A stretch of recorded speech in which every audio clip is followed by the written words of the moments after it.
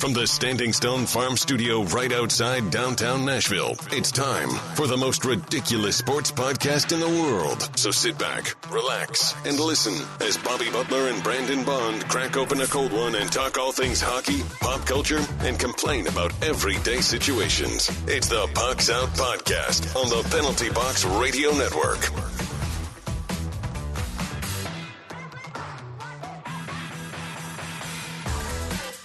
Welcome into the most ridiculous podcast in sports and pop culture.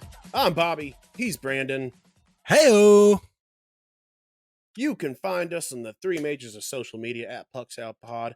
Now let's crack open this cold Mayday beer and let's get after it. As always, Pucks Out is powered by Mayday Brewery, the official beer of Pucks Out Podcast. Check them out every Tuesday for Singo, Thursday for Bingo. And check out their social media. Well, you can catch them doing all kinds of trivia, live music, comedy, all types of different thing. Today we have got a bunch of stuff. Actually, we don't have a bunch of stuff to cover because there's not much going on, but we got a couple things. Don't forget to check us out on Patreon and Twitch to support the show. How are you doing this week, bud? Doing good, man. I mean, you can't really help it. A bunch of stuff is part of the vernacular of what you say. Normally, we do have a bunch of stuff, and when we don't have a bunch of stuff, Bob, we just talk about the little stuff we have way too much, and we delve into new topics and such. So I'm sure that we will be just fine. I'm doing well, man. Been gaming a lot lately, bro. Been playing some NBA Nice. 2K. Got a cheap 23 version. I had like some Microsoft money left, and it was on sale for $5. So snagged that. I've been playing. I think I'm gonna get 24, man. I'm not a buy a new sports game every year kind of guy, but I think, hey, I haven't bought one in a while. It's really, I mean, especially NBA with like the career stuff, and you gotta start at the beginning of the season with everybody, because now I'm trying to play like the online and nobody will play with me. I'm terrible. I'm obviously not, any good because I just started and everybody else is all super good. And so like, I'm like the loser, like, half the challenges are, hey, go play a game on the blacktop or whatever, and then you go and I got next and literally like a level 3 or level 4 was standing, play next. I'm like, hey man, I'll play with you. I'll go and stand in the spot next to him. And he's like, nah, he just backed out. He left, man. So it's very sad. Very sad. If there's anybody that wants to carry me in 2K, I'm out here, 007 V2. I think there's X's somewhere afoot, but just holler at me. I'm there. How about you, brother? What are you up to, man? Good, man. I've been working, getting the house kind of cleaned up a little bit. Just been super busy. Happy to sit down and have a cold beer. Last night, the wife and I and my sister-in-law and her husband, we went to Mayday for some Singo, and that was a good time. They did a 80s pop. Not as busy because of the massive storm that was rolling through, but it was a good time. Got to see Ozzy, got to see our people. So it was fun. But hey, let's do ourselves a quick fit check. I did not do anything special. I just got my Preds hat, and I think it's just like an old Chicago St. Patty's Day. See, should have hyped that up, man. Oh, look at this Chicago. I got this thing, tell a story with it. Or just make one up, man. You know what I'm saying? There was plenty of opportunity for that to not be I did lame. something I never do, and I drank like 8 beers. Okay. That's how I got this shirt. Kept it low key. Just kept it low key. It's like, they actually, you think some people are like, oh, you had to drink 8 beers to get it. No. In order to get the shirt, they limited you at 8 beers. And so that was the feat. It was stopping at 8 was how you got the shirt. So it was like a on the dot type of deal. Well, me, obviously you can see, Bob, I got my juror number 10 hat on. You probably didn't know this, but I was a juror on a medical malpractice trial. I don't You've talk never about mentioned it. I haven't mentioned. I try to, I like people to be informed. But so I got the juror hat. Well, it's relevant because, when I was on that case, I met some really kind, older, they were just the salt of the earth. These gentlemen at a local deli, a local pork store. Maybe you've heard of it. It's Satrielli's. There we go. So I met some Nice guy, shirt. and they were absolutely very much interested in the outcome, one way or the other, of this case, because they are good citizens and they care about justice. It seemed like to me. So they were really good guys, and they kept referring to me as the one they got to. I don't know what that means. But no, I got my Satriali's Pork Store shirt on, brother. Thank you. This is a nice birthday gift. For those of you that don't know and don't get that whole ramble, first of all, what are you doing listening to us? Number two, Satriali's Pork Store is the pork store in The Sopranos. And if you are unfamiliar with the premise of The Sopranos, it is it is following the mob, mafia, which is not real. So it's a completely fictional telling of the mobster life. Yeah. So The Sopranos, Yeah. greatest second greatest show ever. So love the shirt, Bob. I really appreciate it, brother. Hey, you're welcome, man. I appreciate you giving me all that info I need to give to the FBI now about that case. That's perfect. I've done quite a bit of an extensive research on what is it? A statute of limitations. So, and I don't know if you know this. I would know because I was on a jury once. I don't know if I've mentioned that before, but I am familiar with the process. So, if you go to the FBI, I'm actually one of their assets. You're gonna get turned on, buddy. You don't want to do that. My dad owns Microsoft, so I don't know. I mean, you make your own choices, I guess, in life, Bob. Yeah. All right, let's move into the news. Everything you need to know about what's happening on the ice. It's time for news from inside the boards.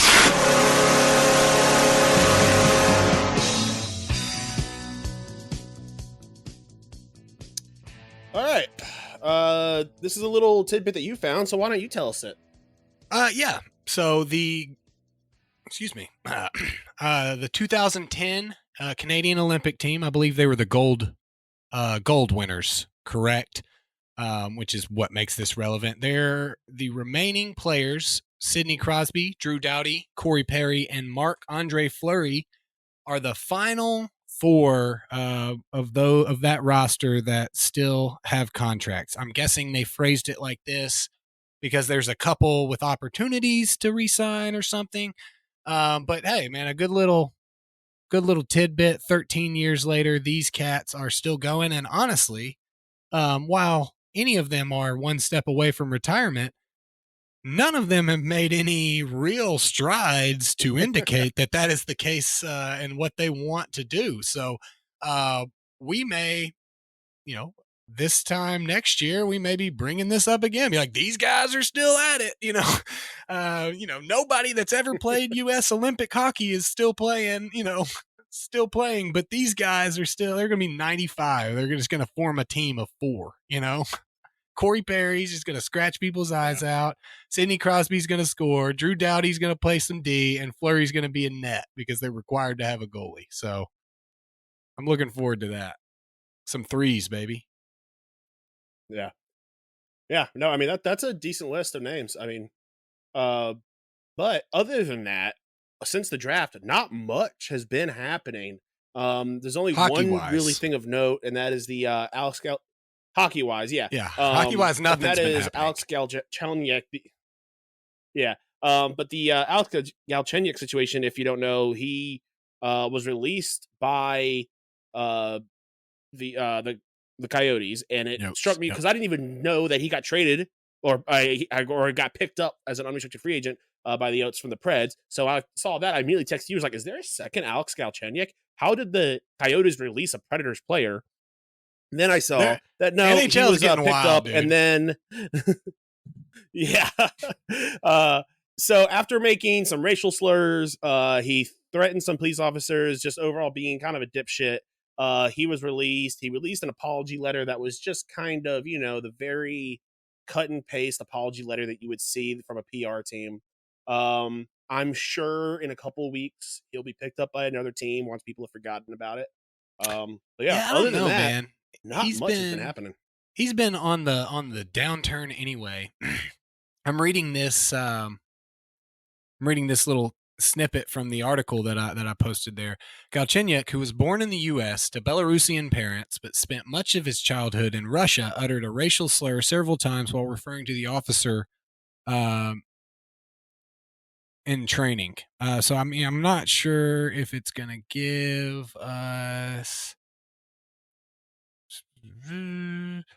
National driver car. Yeah, so it was at a car crash too. And he's, just apparently he said, "I'm going to chop you, your wife, your daughter, and one phone call, and you're all dead. Your whole family, your bloodline is dead." I am sorry, sir. That's the kind of threat that. Go ahead. That is the kind of threat that when you hear, you're like, you know what? I feel like people who say those kind of things, like your bloodline, and talk about that, it's like, and with a last name like that, you're like, oh, he knows people. Right. Like, well, see, but again, there's nothing that indicates that he's mobbed up here. He just grew up in Russia. I mean, he's played hockey here. He's in Arizona. He's in Scottsdale, Arizona. I'm guessing that his contacts are a bit out of pocket. The Russian mob. A bit, right. Well, not even. He's not even, he himself, not even Russian. He's Belarusian, but he was born in the U.S. He, had a great opportunity to be great in hockey. He was, I think he was the captain in Montreal, right? I mean, he was poised to be the guy. I'm just saying, Bob, that when you're in Scottsdale when you utter phrases like that, it's not at a routine traffic stop or at the scene of an accident. Yeah. Okay. I hear what you're saying. And absolutely, if that guy is sitting behind a desk while the police are trying to interview him about a recent murder, and he says something like that after being disrespected, you take it seriously. But when Alex Galchenyuk, which was not even, it was just a pawn in a trade for us to we literally traded things away to get him so we could not have him. This was a trade where you have to add in an extra player because you're going to have to cut someone anyway. So you're just like, well, might as well toss him in, try to sweeten the pot. That was you. And now you're going to kill the bloodline of a local training officer again in Scottsdale, Arizona. after I think that you wrecked the car, right? Like Scottsdale report is he was driving erratic toward officers and apparently crashed the car into the sign. And then he's like, I'm in the right here. I've got to let them know. They don't double down. and it was funny because, this statement is sometimes they don't know who I am. But then again, Alex, not many people do. Okay. So that's not really fair for us to say, like, you just got to town. Do you think that the Scottsdale police officers, again, who were a part of the group that voted down to have you here as an Arizona Coyote, do you think they know who you are specifically? They can't name anybody on the Arizona Coyotes, much less a guy just getting to town and of your caliber. So where do you think he's landing? I guess it just depends on whoever needs some center depth after an injury, right? Yeah, I mean, maybe somewhere in the AHL. I'm thinking maybe the Coyotes. Yeah, maybe. I don't know. That's still got the AHL still got those NHL ties, so he'll probably have to go play. I mean, he might wind up in the KHL. Well, he's got to go get his home. Can you just imagine the phone call? Yeah, no, I need you to come down. No, I've been disrespected. Well, what happened? What happened, Galchenyuk? Well, I drove at officers with car. I hit stop sign. I did call him the N-word. Stop son got in the way of me. I did accidentally call him the N-word 2-3 times. Bloodline ending may have been brought up. I can't be sure. So, do you think that you can come from? I have to tell you, don't use the bloodline ending. But it's for serious purposes. We don't just end all bloodlines. I have said it. I have said it though, and now I must acquiesce. You send Boris from Moscow. I wait. I wait here. Yeah, our accents was on the border of being offensive to, I feel like, Middle Easterners. I don't know, because it was like very almost not Russian there for a minute. Well, it was Eastern European. You pulled it back when you said Boris. Russian. Yeah. Well, it was. Well, see, I was trying to throw a USian flair into a Belarusian born I see. Russian. Okay. It was an amalgamation of what I would assume he sounded like at the time. I mean, he was flustered. He was probably a little more erratic. He probably knows more Russian than me, and assuming he called Russia, he probably just spoke in Russian, which was honestly, Bob, that is when things, if he picked up the phone, forget that stupid bloodline comment. If he picked up the phone and just called like his wife or his girlfriend or whatever and just spoke to them in Russian, that would be much more ominous and scary for the police officers, in my opinion. Like, that guy has been called much worse by much better, as a police officer throughout his career. So he's not worried about that. But, I mean, Russian in the right context is ominous, bro. Like, especially in Scottsdale, Arizona. They're like, whoa, whoa, whoa, buddy. They're like, whoa, whoa, whoa, buddy. I'm going to have to ask. I don't know what kind of Spanish you're speaking, but I don't understand it. I don't, I'm going to, I'm going to need you to back up. Is that, or one of two things, either that, Bob, or he's going to say, were you U.S. born Belarusian that grew up in Russia? and he knew instantly. He knew. Okay. Yeah. You're Alex Galchenyuk, aren't you? I play a little fantasy hockey myself. Yeah. And in fact, I'm going to give you an extra ticket because you screwed me. Yeah. All right. I drafted you pretty high a couple years ago, buddy. I don't know why this Arizona guy is Southern, but that is just what I assume when I the hot sun is, When I think of Scottsdale, yeah. Right. They just, it was a transplant from like all major cities in the South, just moved to Scottsdale. And they're they're sweet as pie down there in Scottsdale, Arizona. All right, let's move to outside the NHL. Now that you know what's happening inside the boards, time for the rest of the headlines with news from outside the boards. DeAndre Hopkins has found a new home in our backyard over in Nashville with the Titans. I'm excited for this. I think DeAndre Hopkins is one of the best athletes in the game right now. I can't wait to see what he does. What are your thoughts? Do you think this is a good move, or do you think it's going to be a bust? I'm going to invoke 3 names right now to you, Bobby. Maybe they'll mean something, maybe they won't. Randy Moss, Andre Johnson, Julio Jones. What do these 3 have in common? They are receivers. They are receivers. I would say arguably ding ding ding. all Hall of Famers. Hall of Famers. Probably. Yeah. Great. Brandon was very excited when each of these players signed for the Tennessee Titans. None of them did anything. We killed them. We murdered Randy Moss. We murdered Andre Johnson. We murdered Julio, who then had a little bit of a resurgence after he left us.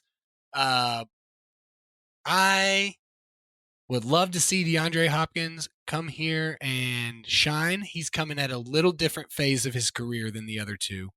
but not, or the other three, but not much different.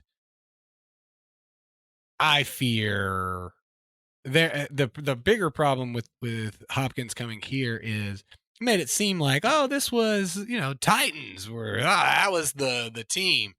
But reports have been Titans have had an offer in for over a month, and nowhere else we don't hear a report of request. So hey, I hope it works out. I'm not optimistic is the best way to phrase it. But like you said, one of the best athletes that we've ever seen, a guy that's torched us time and time again when he was with the Texans. So I'm very excited to have him here. He was still semi-productive when he was in Arizona, though he had injuries and quarterback issues.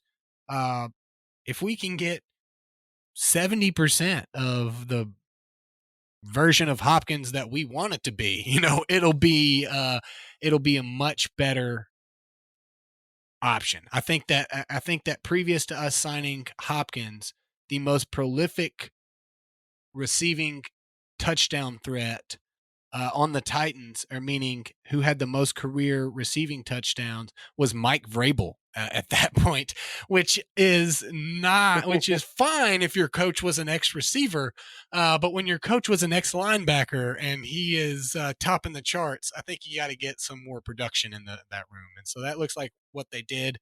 If you're right and Will Levis is the guy and he's in after 5, 6 games, 7, 8 games, you better hope that you have some semblance of something from DeAndre Hopkins, because that will, all these guys are NFL wide receivers. And so they'll all be able to catch the ball in the right situation. And Hopkins being great is that right situation. But it'll almost be a necessity for Hopkins and Chigwe Ozigbo, the young tight end that has a really good opportunity to be there for Will Levis, or I think you're setting him up for failure anyway. I'm not a huge Will Levis guy, but I'm not a fan of many young quarterbacks at various times. But when they're put in the right situation, Brock Purdy tossed into a bad situation is, nobody ever talks about him again, right? He's buried. But in the right situation, they're talking about him taking over a the number 3 overall picks job that they traded a good bit for, because he was in the right situation. So I think that Hopkins is going to be necessary if the Titans don't want to be bottom of the barrel, because at this point, it's hard to see a path in which the Titans are not third, or more likely fourth in the division, to me. Yeah, 100% agree. LeBron is headed back to his original number of 23. After last season was his last wearing the number 6 after it was retired league wide. So yeah, we're getting LeBron 23 back.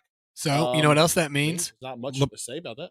LeBron, it means that LeBron gonna lead himself in jersey sales again, baby. It's a game plan, dude. That's a game plan every couple years. I'm just gonna be like, I'm back. You know how I'm gonna be? I'm gonna be 32. Well, he may not be able to be 32, right? No, Shaq was 34 there. I was thinking Shaq was 32 on the Lakers, and I was thinking 34 maybe a Laker retired number. But yeah, so back to 23.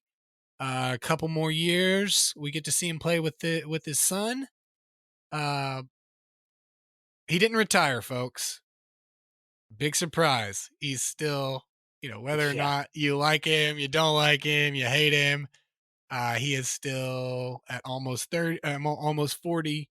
One of the biggest physical freaks in the game. 6'9", 250 is that's a frame right there, Bob. That's a frame. So we will see if they can get some depth on the Lakers and he can make yet another run for another championship with a new number. I think he won some with number 6 before. So, but he's only won on the Lakers with 23. He hasn't won on the Lakers with 6.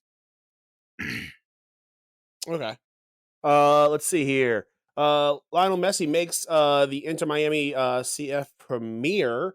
The much anticipated coming over to the MLS. I'm excited to eventually get to see him live. That'll be amazing. Yes, absolutely.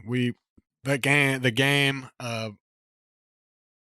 at Nashville has already happened this season, so it'll have to be next season, unless they can make some major push and make the playoffs. They were currently last in the league, 12 points out. So, and I believe they lost that premiere. So I'm not sure that it's happening this season. But yeah, he's bringing all his homies over, and I think David Suarez just signed something. He's got or Luis Suarez just signed something.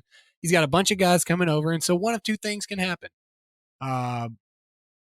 Either, hey, he's formulating a team to actually come back and win, or he's just getting all his peoples paid, and he's gonna soak and enjoy the Miami sun and just reap those jersey sales. Just sit there and because what a cool color scheme to have a Messi jersey, Miami, the pink and the black, dude, it's sick. So, oh yeah. Absolutely.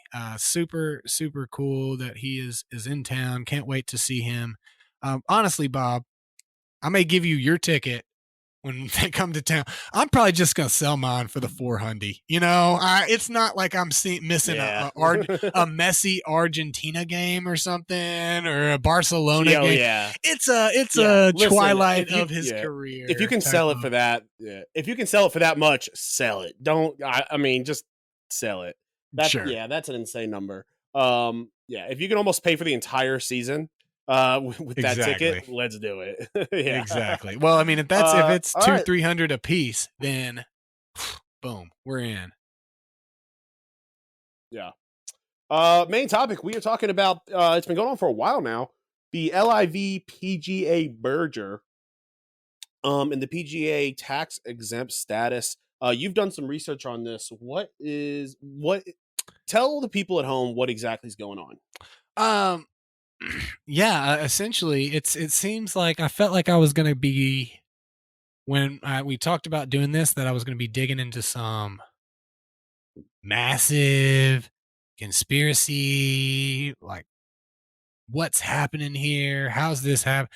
It seems pretty innocuously American, in which that basically they just say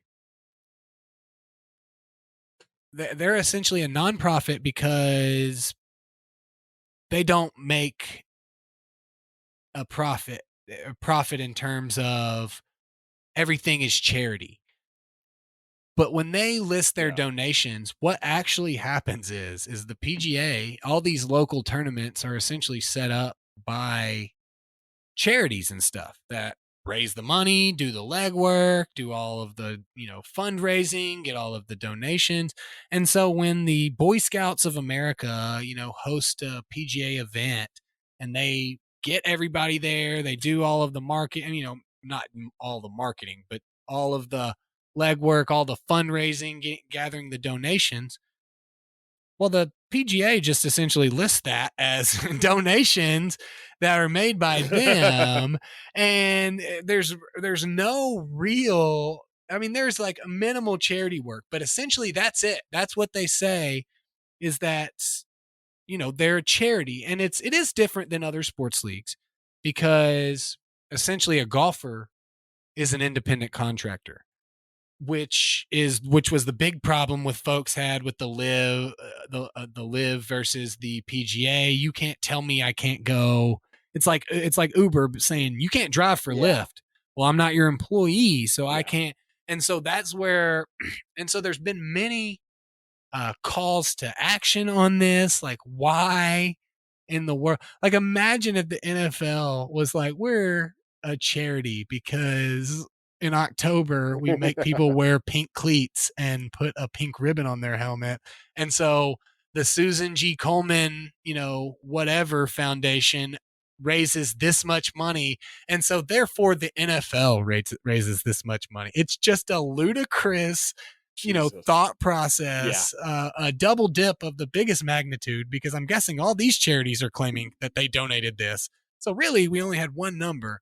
But it's been, I mean, when I started looking, the first article I found was let's stop pretending that the PGA Tour is a charity. And this is well before the Live Golf stuff, man. It is, they pass on the promotional cost to whatever agency.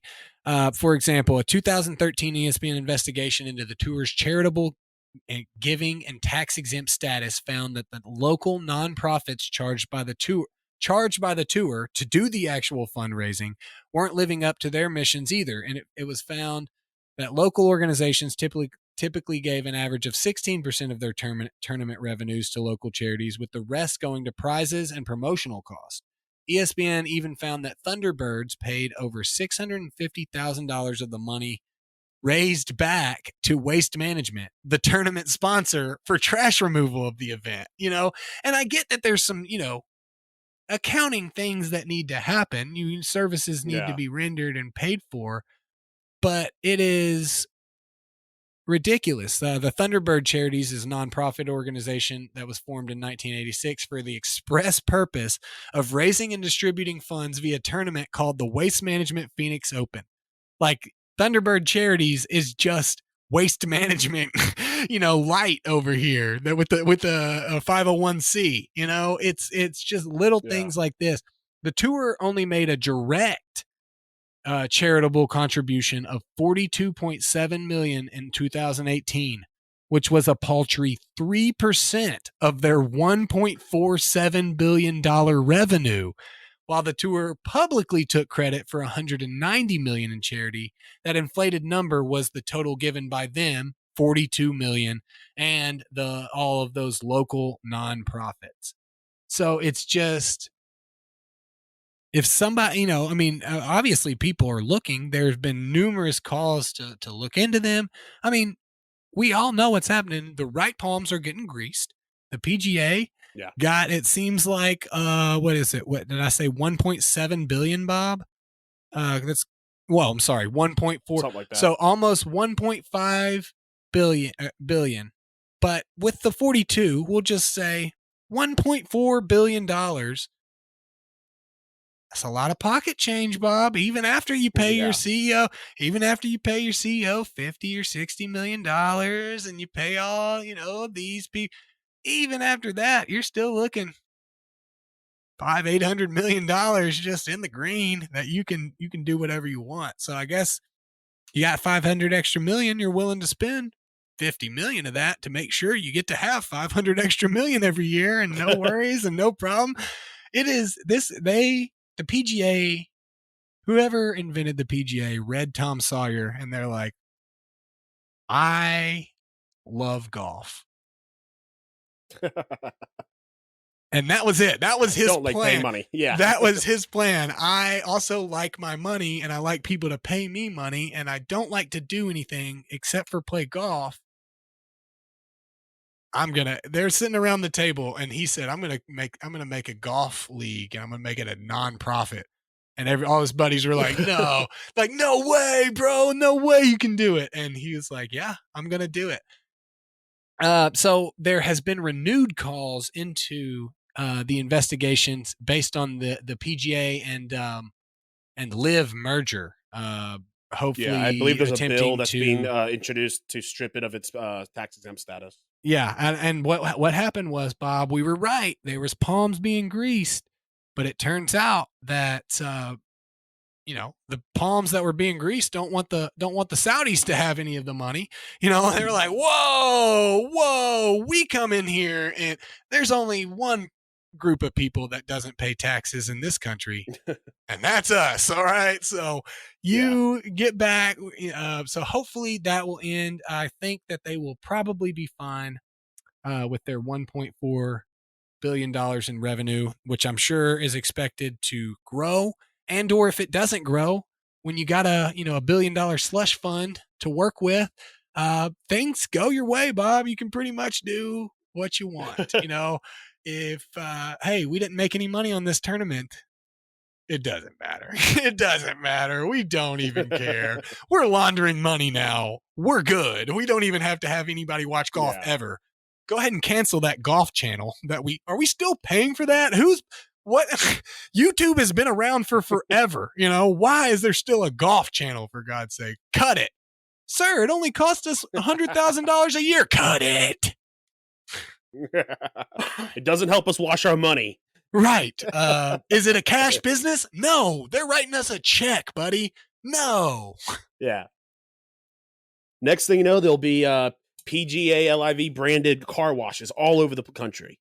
I'm telling you. Yeah. There'll be it's going to be something. I'm interested to see where this goes. It is very funny. We had a whole discussion on this when I think that everybody, it was like Team Edward, Team Jacob there for a while on PGA Live, and it was just you don't even like golf, and we were having fun just watching all of these golfers fight each other essentially for who gets to play golf and where they get to play golf and how it's the right way to play golf and how gentlemen play golf and how that's not how your mama played golf and how your mama's ugly. We got to hear it all, dude, and it was great. And then the guys that were pushing all of this, the lawsuits, the battle, hey, we're going to be losing money, really just sold them out hard, brother. Especially, and so you gotta, if you're Phil Mickelson right now, there's just times where you just sit back and smile. You can't even say anything because you did everything. So absolutely right that it all just like works out even better than you expected. Man, that man went and caught him 6 figures, not 6 figures like over the life of something, like 6 figures like, hey, come play with us and then we'll start working on a contract for you type of deal. I'm sorry, 7 figures, 8 figures. And then he's like, all right, and then the PGA is like, come on back, baby, let's go. You want to make 200 million in a year again, Phil? So it was a slap in the face for sure it was more of a slap in the face for those guys on the PGA side of things, because they were told they had to stand the line. Golf, live is not golf. And like, I stuck around and like, have a little honor and have a little, they have a little honor, they say, as they work for the nonprofit, the Goodwill, and make sure that they can give all this charity money. So it is very, very convoluted. We hope that the involvement of the Saudi Sovereign Wealth Fund will kind of change the course of action on this, and hopefully some antitrust laws will kind of be able to kind of back the fact that, hey, we're good with you guys laundering the money. That's not even the problem. Not even worried about the money laundering. You guys keep it up. The taxes, they're getting paid through the money laundering process. But we are going to need a little bit of cut of the money laundering. Yeah. So, what am I going to do? What am I, I got a boss. You might know it, George Soros. You've heard of him. My buddies have bosses. You've heard of them, Bill Gates. So just a little piece. Yeah, you get to keep most of it. Yeah. So I'm sure we'll have an update on this at some point. It'll be just as insane next time. But let's move into our joke of the week. The weird. Corey Perry. See, I don't like this. Wild. I think the first read was a good one. Now I'm overthinking it. Outlandish. Each 6th chick sat on a stick. Little tongue twister. And downright dumb. You're kidding me. It's time for the joke of the week. All right, this one comes to us from Hong Kong, and it is absolutely insane. Hong Kongers urged to stare at smokers in a disapproving way to help create a tobacco-free city. right. Professor Lo Chung Mao, the territory's health minister, said someone who lit up in a restaurant would be unlikely to hit back if everyone stared at them. Listen, as Bobby. a non-smoker, I can tell you right now, but as someone who has been good friends with a smoker and someone who has worked in a smoking bar, smokers don't give a flying All right. shit To be about fair, people stare at them. to be fair, while my thought process was the exact same, okay, all right, you want to hit? You want one? You want one? We are purely thinking of this in terms of America, and so I think if this started, there would be groups of people that would pick up smoking in hopes that people would stare at them so they could say Yes. something dumb like "This is America." You know what I'm saying? That's America. Is that it wouldn't help. More It would people, backfire so fast. more smoking is back up at an all-time high. We're gonna have Kansas, like Iowa, like repealing like restaurant smoking bans and stuff, like something that we could all get on board with if America happened. Like, let's not shame all 32 of us, okay? Y'all have already figured it out. The headline on Fox News would be like, is big science lying to you about the risks of smoking? Exactly. You've already figured it out, okay? You've taken planes away, you've taken restaurants away, you've taken basketball players smoking on the sidelines away. You've taken away all of the fun that we could have. There's like 7 places across Tennessee where I know that if I want to be a hooligan, I can go there and I can drink beer and I can smoke a cigarette there.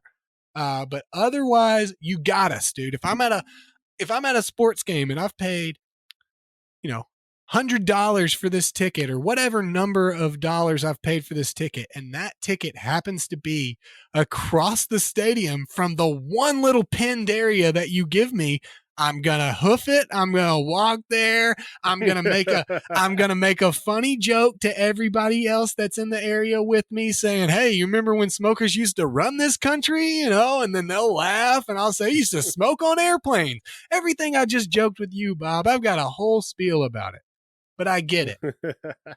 But in Hong Kong, this may work, bro. They may be literally a 0% smoking rate after when did this article come out?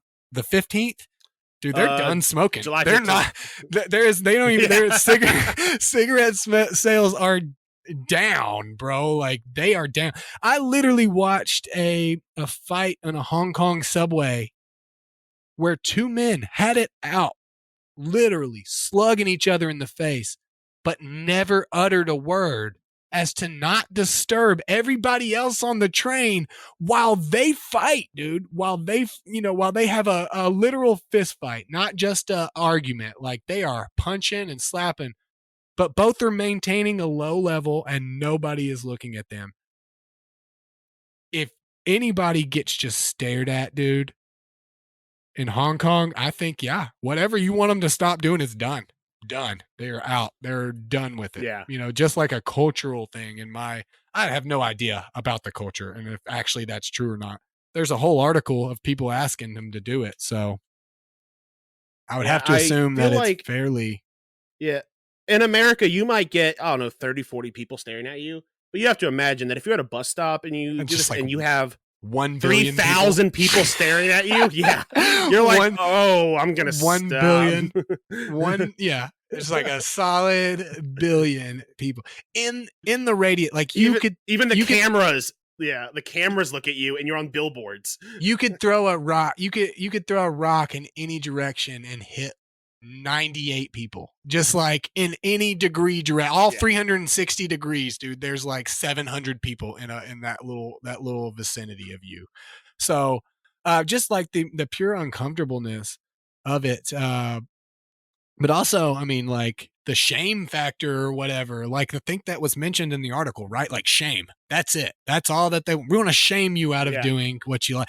And I mean, it's why in a lot of Asian cultures, they'll work, until, 19, not 19 hours. That sounds, but maybe, 10, 12, 15 hours a day type of deal. They're having trouble, mating people up, and depression is high because of like this cultural shame factor of like, so yeah. If you're going to shame people into doing stuff, smoking is one of them. Because I get it. A lot of it's like when members of the public see people smoking in non-smoking areas, even if no law enforcement officers can show up immediately, we can stare at the smoke. So, that's really what it is. It's more of like a cutoff at a later date, and like more of, hey, this is what we can do, because we all know that people, that person too, that like, hey, I'm a smoker. But I get it, man. You've been with me, and I'll walk away. I'll go smoke on my own and come. But there are people that'll just like right in the middle of it, like not asking, not, hey, is it cool? We're not at a smoking bar or something like this. And they'll just light up like at a very obvious, like not okay spot to do that. So, there's another part of this article that I didn't scroll down far enough. They'll be using surveillance footage or video clips provided by members of the public as evidence to crack down on smokers. There we go. We go. There's the CCP, baby. There's the CCP. Yeah, I knew they were going to make an appearance. Literally at first I'm like, wow, this is like really well. Like they didn't enact any laws. They're not like having authorities. Well, then I scroll Bob. down under the ad. Is the social credit score a law per se? No, maybe the law covering it, but the score itself is just external. Yeah. It looks like they'll also, they're about to increase the tax on tobacco to 75% of the package price. That's a lot. It is a lot, but ask, it is obviously not a lot of people smoke in Australia, but they still sell cigarettes in Australia. And they're like $40 a pack, but look, bro, if people want it, people gonna have it. You know what I'm saying? Exactly, and that's my whole opinion. I think banning smoking is stupid, but make it expensive. I have no problem with them making it expensive, and if they want to budget for cigarettes, that's on them. Or make it, and we've kind of gone that direction where it is, very limited in where you can do it, and I'm okay with that. Even as a smoker, I get it, bro. Like nobody wants to smell that. They don't smoke it. They're not having the enjoyment, like. The hell, smelly... even you as like a smoker, like recognize that, like when we're at gyms, sometimes it's a little much. Sure. Right. Exactly, bro. Like, so I read I think it was like a Reddit thread or something of like, non-smokers, can you smell smokers? And you have the reaction, yes, oh my God, I can smell a mile away and all this. And really, you and I both know what they're talking about is people that smoke with their windows up and all of their clothes smell like cigarettes, and they have no sense of like hygiene. And like there are a lot of people that are like, oh, you smoke to me? And there are absolutely times where I'll smoke a cigarette and I'll smell like a cigarette afterward. Like I get that. But like some people, what they mean is like smoke lingers on you like constantly, like you smell like a smoker. And so they smoke inside, and like a lot of that is very much combated by smoking in an open air environment and not sitting in it. Am I going to smell a little bit like smoke? Sure, bro. It's a tobacco substance with a bunch of drugs and crap that they throw in there to preserve it or whatever, like this filter is going to stop all this from getting in, or, so, but I will tell you this. As much as I hate to say it, I wouldn't pick up smoking if I didn't when the staring thing happened. But I would smoke even harder if they started staring at me now. You know what? I'm gonna smoke even harder. I'm gonna have 2 cigarettes at a time. You know what I'm saying? Like psychologically it would cause the opposite effect. And I think most Americans. And oh yeah. So, 100%. In America, people would start smoking and putting on like, oh, like what a great way to advertise my podcast. Right. Just gonna walk around smoking all day. Yeah.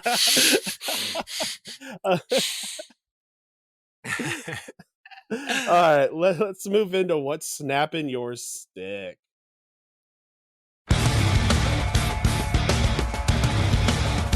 Bobby and Brandon are about to find out exactly what snaps their sticks.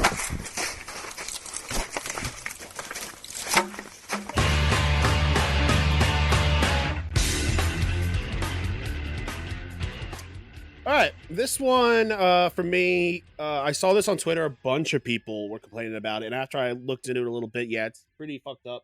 Listen, even the good guys make mistakes sometimes. Nashville SC put on a meet and greet in like an event for season ticket holders, I believe, or people who renewed their season tickets. That you can like do like a meet and greet with the players. Well, apparently the lines were insanely long, and it was hot. And they didn't tell people in the lines until they got up to the front that they had an age limit that you had to be like 16 plus to meet the players or something like that. So a bunch of parents who were there with their kids who were super excited now had to tell their kid, "Oh, I know we just waited in this line for a couple hours, but nah, we can't do that." Well, and that just seems incredibly screwed up and short-sighted. Well, no, we can't do that. No, you can't do that. You go. Look, you see that little area over there? I'm gonna need you to hover in that area. Generally, there's a security guard. Yell his name. Go up and get his name tag and read that. No, what a joke though. What does that even mean? The age limit, like, what is it? What are they scared they're gonna catch a charge or something? That's like and 16 is so arbitrary. Like, at 16, like, did you ID them? Did they have like? I'm so confused. Yeah, 16. Apparently it was not run well. It was all there was confusion. There was no signs directing anyone anywhere. They were late opening the doors. Apparently it was an absolute shit show of an event. And somebody just dropped the ball big time. Well, I'm glad that none of them wanted to meet me, because that would have been the only reason that I cared to go up there and stand in line to meet them. Like, oh, hey, how are you doing? Sure, super good to meet you. When we did it for the Preds thing and it was super hot outside, it was in the cool area. At any point, if I wanted to be like, nah, I'm not going to sit in this line, I really don't care about getting this guy's autograph, we could have gone just sat down and found a place that served beer, and we just bought the beer there, and that's what I would have done.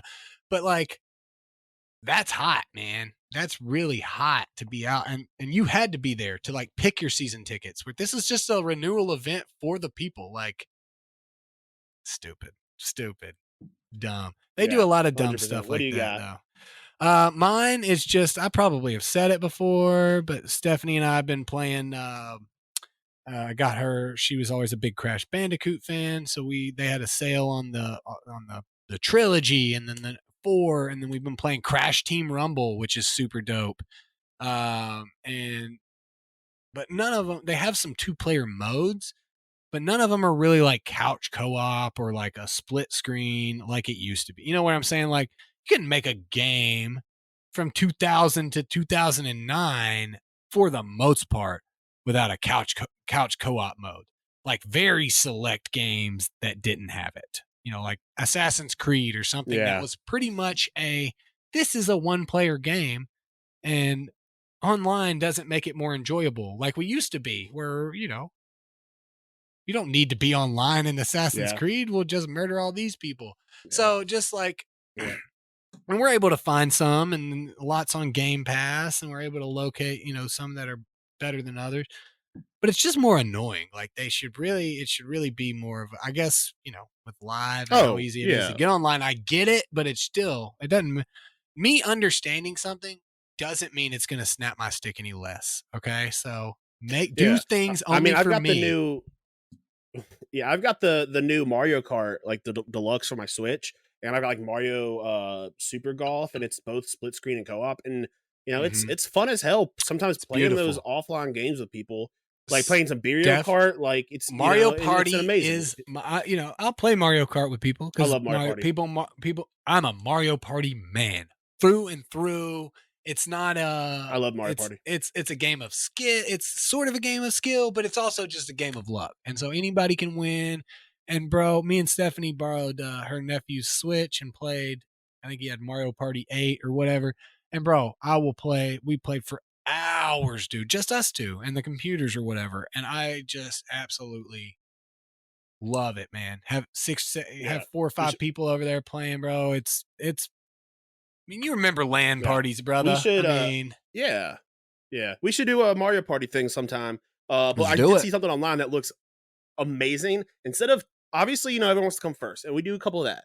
But I saw something that's really funny. Is you want to try and come third, so you have to balance, and you have so whoever comes in third place is first place. Whoever comes in first place is last place. gotcha. So that it was actually like that switching actually it really up. fun.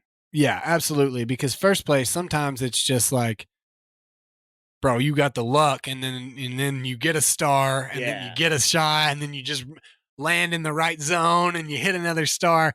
Whereas, like, you'll be turning away from stars at some point, and then later on be like, I should have got that, or I shouldn't have let so and so get it, or whatever. Yeah, that makes sense. I think the only rule was that, like, the only rule they had was if you were prompted to get a star, you can't buy it. Use a star. Sure, that makes sense. Of like, but you can. But if you don't have to go the path of the star, you can avoid it. Yeah. As long as you're not prompted, right. I mean, anybody, because then anybody could just say, really cool. Just prepare it, and then just say no right at the end, and like, no, you want it to be like, if you hit a star, you got to buy it. You got to buy the star if you have the coins. Now that would also be a thing. Is just making sure you spend enough to where you never have the coins for it, which I would imagine be acceptable if you're able to keep low enough coins to where you never have to buy it. But there was another one with Mario Party where everyone plays, the person whose turn is blindfolded, and you have to trust the people around you to tell you what to do. So obviously some people are going to lie, but then that like when you're blindfolded, people are going to lie to you. So you want to balance your lies so that, maybe you can form alliances with people while you're blindfolded. Okay. All those are really fun versions. Now I'm guessing that is just the roll portion, right? You get to pick your dice and roll, and then you just don't see that. Or are you talking about mini games too? I'll have to. Mini games are for mini games. Everyone's blindfolded. So you can see what the mini game is. You can see like if you've never played the mini game, I think like you learn what the mini game is. Or whatever, then you have to play the game blindfolded. And one of them they had to do was the one where like you're in a barrel jumping forward and then backwards, but you have to with the bomb looks away. So they're like, well, we're all screwed, right? But it's a lot of fun. The blindfolded one. Yeah, we would absolutely be down with that for sure. Hell yeah, but. All right, guys. Hey, thank you so much for coming and hanging out and listening to us. We'll be back again next week. For Brandon, I'm Bobby. This has been the Pucks Out Podcast. See you all again next time. Peace.